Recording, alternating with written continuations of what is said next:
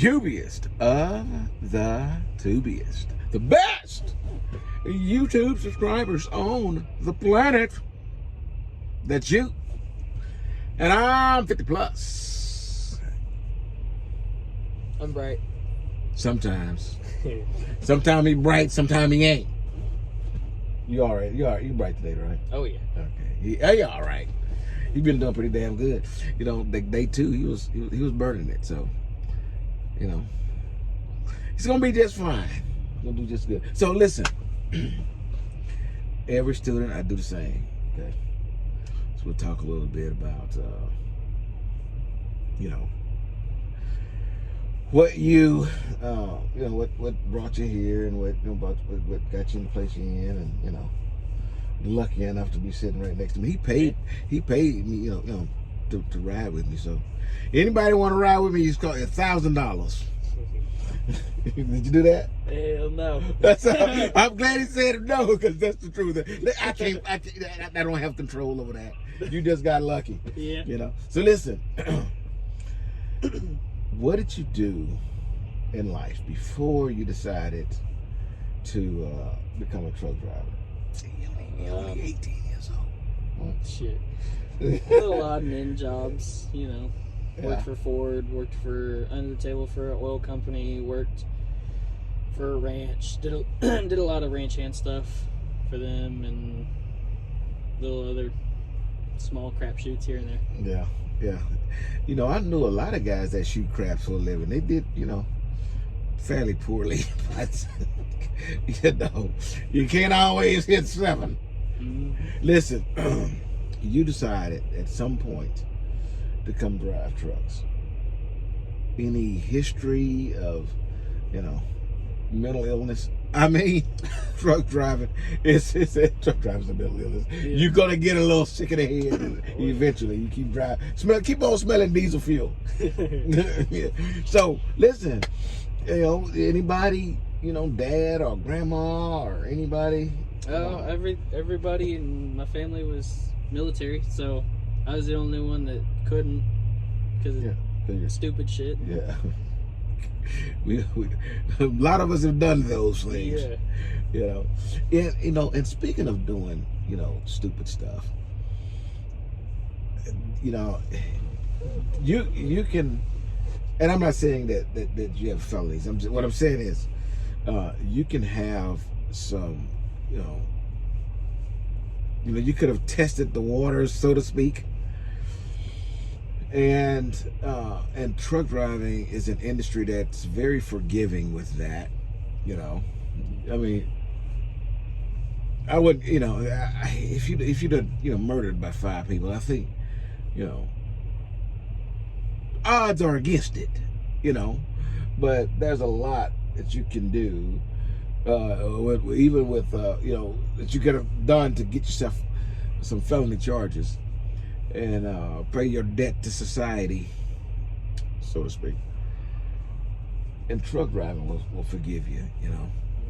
You didn't murder 5 people, did you? No, I just 4 had tattoos too close to the wrist. Oh, woo! I had to sleep with one eye open. But so, why flatbed out of all things? So, I thought it'd be kind of fun because you get out of the truck. It sounded like you get to do a little exercise and not just sit on my ass all day. Yeah. You know? What do you think about it now? Oh, it's still cool. There you go. Good answer. I'll pay you for that answer later. Cool. You know, flatbed isn't for everybody, but you seem to, you know, be pretty good with it. You know, you're young and you only weigh like about 45 pounds. You're very agile, so you know it's not a big deal to call in and on the trailer and moving around and everything. So it's gonna work out okay. It doesn't work out a lot for, you know, for some people. And then I've had physical guys, you know, that don't do it. You know, they started and then decided, you know what, can't do flatbed. You know, it is work, you know, but as a ranch hand, you're used to working, so that's not a problem, you know. It's a good deal, man. So what school did you go to? The driving school to get your license? ATDS in Waco. Yeah. Waco. I went to school in Waco too. When I graduated high school, I went to college in Waco. Waco. When I went to college in Waco, Waco Drive was 2 lanes both ways. It had a median down the middle with some grass and a couple of trees. You could drive halfway up Waco Drive and not see nothing but 2 or 3 stores. That's it. Back then, But it was a 2-horse town, I guess. It's about a 1,000-horse town now. Waco done growed it up. Yeah. So, how did you choose Melton out of all the trucking companies I'm sure came to visit y'all at your school? So I had already chose Melton and got set up to go to Melton before I went to school, actually. I was laying in bed, scrolling through Facebook, saw an ad for Melton on my phone, and went, fuck it, I'm going to call him. By the way, any of y'all see a Melton truck? Give me your wave. Wave at your brother. Okay? That's how we do it, man. You notice that? You drive down the street, the other Melton drivers wave to you. Wave back. Come on. How did you find out about Melton? Facebook. Scrolled through and found an ad at 2 o'clock in the morning. Went, that looks really cool. Yeah. I just texted the little thing on Messenger, and they called the next day, and they're like, so let us tell you about it. Yeah, I know. The smart thing to do is go to one of my videos, and then there's a link down in the bottom there, and you just click that link, and somebody contacts you. So when you click the link on the Facebook page, it was pretty simple, wasn't it? What was it? It was provide us with your zip code and your cell phone number and your first and last name, and we'll give you a call. And that was it. Super simple. A lot of companies make you fill out the entire application before they even contact you, man. And then someone don't even contact you after you done all that. They don't even contact you. I don't even think I filled out an actual application. It was just they just called and they were like, so let us tell you about it, and if you're still interested, we'll go ahead and interview you. Right. Yeah. They make the process extremely simple. So, how did you get from? You live near Dallas, right? So how did you get from Dallas to the orientation in Tulsa? Melton put me on a plane. Yeah, and you have an option. You can ride that that bus. I call it a P bus. I've never gone to a bus station that smell like pee. Not one time. Yeah, that's why I don't go no more. I don't go. I think bus stops is where hobos go to urinate. My wife says, "Don't say pee, okay, urinate." That's where and urinate sounds worse than pee. So sorry. They'll fly you. You don't have if you don't like flying. They'll also rent you a car if you don't want to ride the pee bus. And you don't want to fly, they'll rent you a car. You can drive your personal car, and then there is some reimbursement for fuel. And I did it. I went to Birmingham terminal from Houston. And I drove my car, and they I just kept the fuel receipts, and I like that because at the hotel I wasn't just bound to the room. I could get in the car and go to the grocery store and all that kind of stuff. So where it depends on your situation, they'll get you there pretty easy, man. Any way you need to get there, so make it out pretty good. So how was orientation? It was cool. The whole first week was a lot of in the classroom, talk about safety, talk about here's what we do, but also here's why we do it. Yeah. And which was kind of cool because a lot of the companies go, hey, just do it that way, we don't care what you think. The second week was a lot of hands-on. We got to spend a lot of time actually working through the physical part of what all they talked about the first week. And you know, there's always someone there that you could ask a question, and it never seemed like there was a question that was stupid to them. It was, everything was, oh, you got a question? Let me answer your question, and then I'll go ahead and explain or walk with you why it's that way, or how does that work, or stuff like that. Yeah. So it's pretty cool. Yeah. You know, just so you know, this YouTube channel is my YouTube channel. Wherever I do, wherever I go, I take my YouTube channel with me. I am beholden to no person, period. No company, nobody. And so I say what I want, and I do what I want, and whoever don't like it can just quit watching. You know, I don't care. You know what I mean? What I do care about is, this is a rookie channel, and people log on to this channel because they want rookie information, and I've built up the reputation of, if this guy says it, it's true.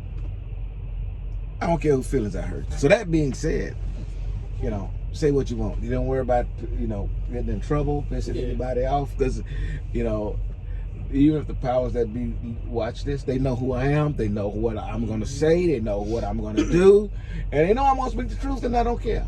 Yeah. But I need you to do that as well. So if you have if there's anything that you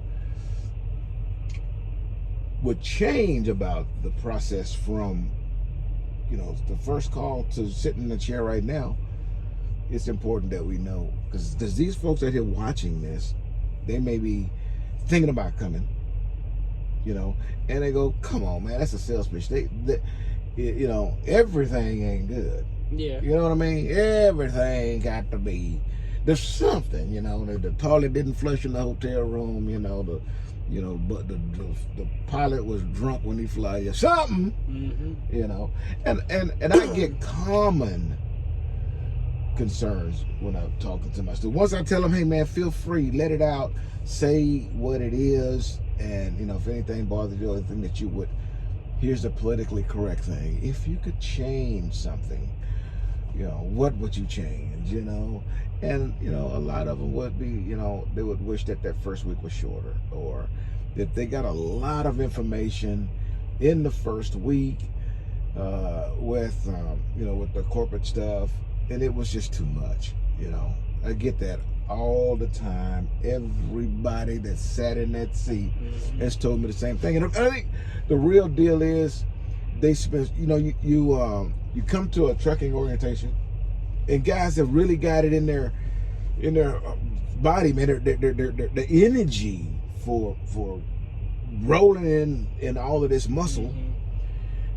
That's what they're there for. But they got to sit through days of people telling them stuff that's just gonna go in one ear and out the other. Yeah. You know, and you know, I really wish that they would change the orientation process to where that corporate part is an online course that you can take at home prior to coming to the school, to the orientation. And you take this, and then in each section will be like a, you know, a little quiz or something, you know, where they know that you watched it, you know what I'm saying? Yeah. You can take notes, and then, you know, ask questions or whatever, that, you know, write the stuff down, or email it in, and it gets responded to. Anything other than sitting in that classroom 5 days, you know, almost all day, people just tune out, man. Yeah, that first week was really long. Yeah.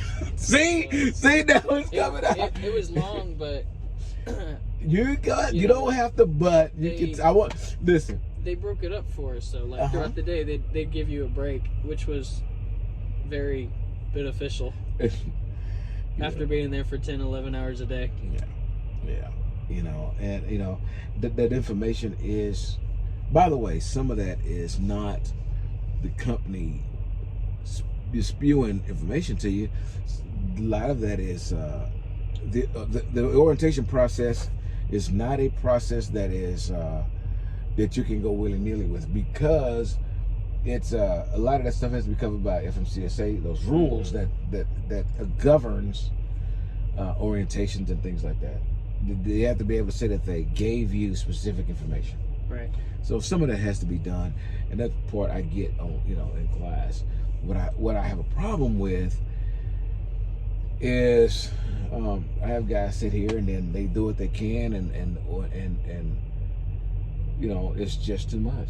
And then they go to another company, and I keep in contact with them, and they go to orientation at these other companies, and then they call me back, and they're going, what in the hell? And I had to spend 2 weeks on that. I went to orientation at blah blah blah company, dude. They gave me the compressed version of everything I got in a week. I got in 2 days, and I'm in my truck now. Yeah. I just think the securement thing I get. I wish the way they did that was a little different, though. Because it was a lot of, they had a building with trailers cut in half, or a whole trailer with little partial loads on it, and everyone worked through it. But all those trailers that we would touch in the orientation, I haven't seen any of that out since we've left. Everything's been, like, what is it right now? We've got like a bulldozer blade. Yeah. Didn't touch that in orientation. Now, I'll say this: when you guys go to orientation, understand that you're going to go through securement training. All right. What they're trying to do in that window of time is give you similar situations. Okay. Yeah. And I've taken probably 20 Caterpillar loads, and out of 20 Caterpillar loads, I bet maybe 4 of them was the same. You get those boom arms, the crane boom arms, and you may get one super big one, you may get 2 small ones, you may get 3 small ones, you may, like we got a blade and a boom arm, you may get 2 blades, 1 boom arm. The loads are never going to be the exact same. So it's just like backing. I'm going to give you the meat and gravy, the foundation of what it takes, the theory of backing, okay? And because I can't teach you every backing situation, because they're all going to be different, okay? But if I taught you the theory of backing, how articulating vehicles work and what to expect out of the trailer, and how to correct the trailer, how to listen to the trailer and do what the trailer is asking you to do to put it where you want it to go. If I teach you that, you can back anything.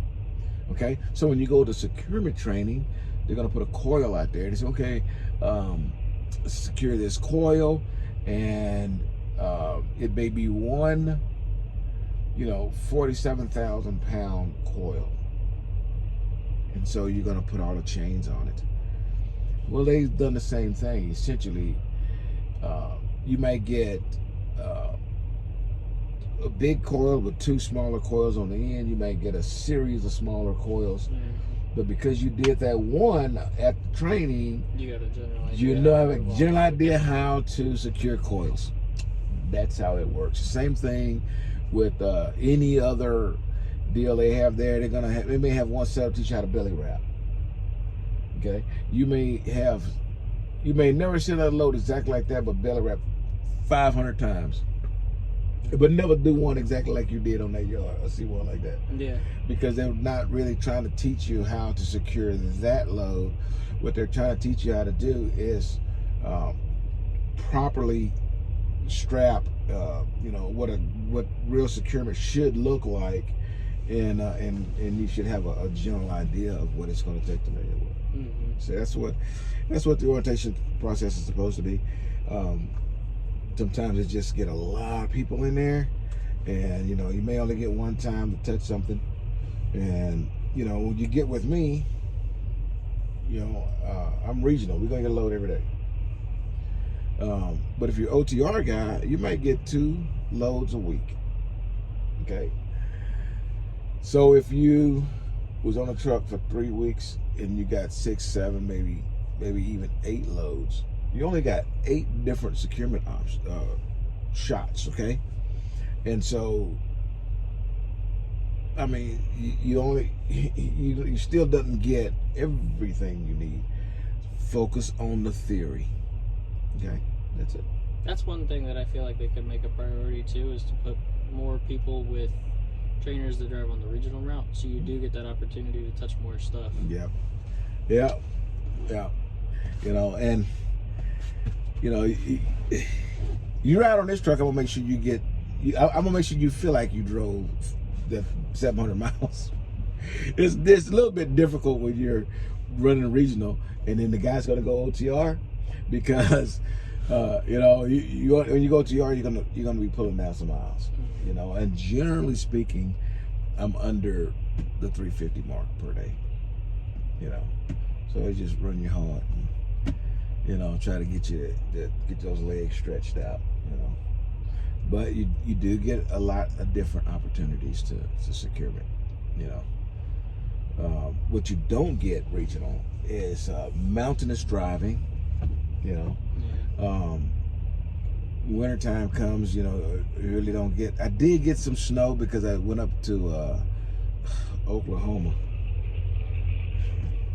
Yeah, I actually, listen, bro, I actually was delivered a load. I didn't deliver the load in Oklahoma. I actually had to deliver the load in Oklahoma City, but we stopped at Tulsa and spent the night there, and then drove to Oklahoma City the next morning, right? And it was the day